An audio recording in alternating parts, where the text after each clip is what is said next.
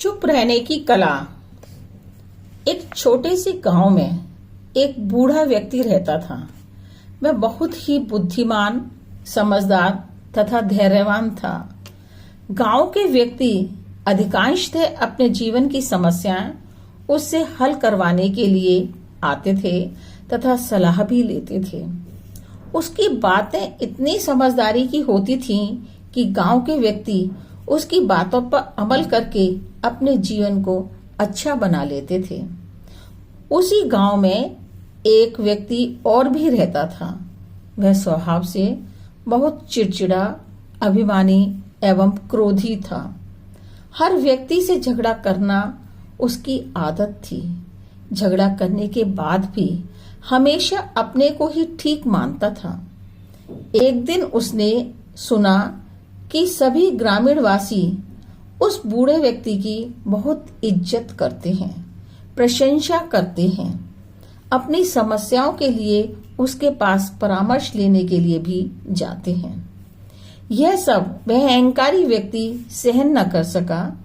उसको ईर्ष्या होने लगी और उसने मन ही मन उस बूढ़े व्यक्ति को पूरे गांव के सामने अपमानित करने की योजना बना ली। अगले दिन वह उस बूढ़े व्यक्ति के पास गया। सबके सामने अपमानित करना शुरू कर दिया। उस बूढ़े व्यक्ति को बेवकूफ, झूठा, मक्कार, धोखेबाज जैसे अपशब्द बोलकर अपमानित कर रहा था और उसे उकसा रहा था, जिससे वह भी कुछ गलत बोले, उल्टा जवाब दे। वह व्यक्ति काफी देर तक लगातार बोलता ही रहा, लेकिन बूढ़ा व्यक्ति शांत भाव से उसकी बातें सुनता रहा और उसके अपशब्दों पर कोई भी प्रतिक्रिया नहीं की। बूढ़े व्यक्ति ने न तो पलटकर जवाब दिया और न ही क्रोध किया। गांव के लोग यह सब देख रहे थे और हैरान थे कि कोई भी व्यक्ति इतना अपमान कैसे सहन कर सकता है और कैसे इतना शांत रह सकता है। जब वह व्यक्ति बोल बोल कर थक गया तो चुप हो गया।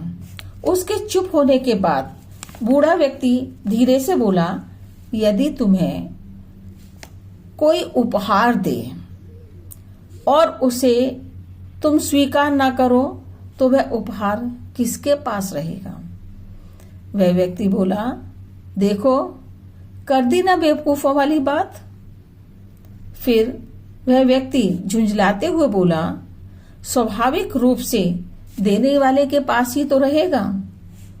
बूढ़ा व्यक्ति मुस्कुराते हुए बोला, तुमने जो अपमान, क्रोध, गालियां, अपशब्द मुझे दिए, मैंने उन्हें स्वीकार नहीं किया, इसलिए वह तुम्हारे थे और तुम्हारे ही पास हैं। यह सुनकर वह व्यक्ति बहुत लज्जित एवं शर्मिंदा हुआ और चुप हो अपनी गलती स्वीकार कर ली। गांव के लोगों ने बूढ़े व्यक्ति की भूरी भूरी प्रशंसा की।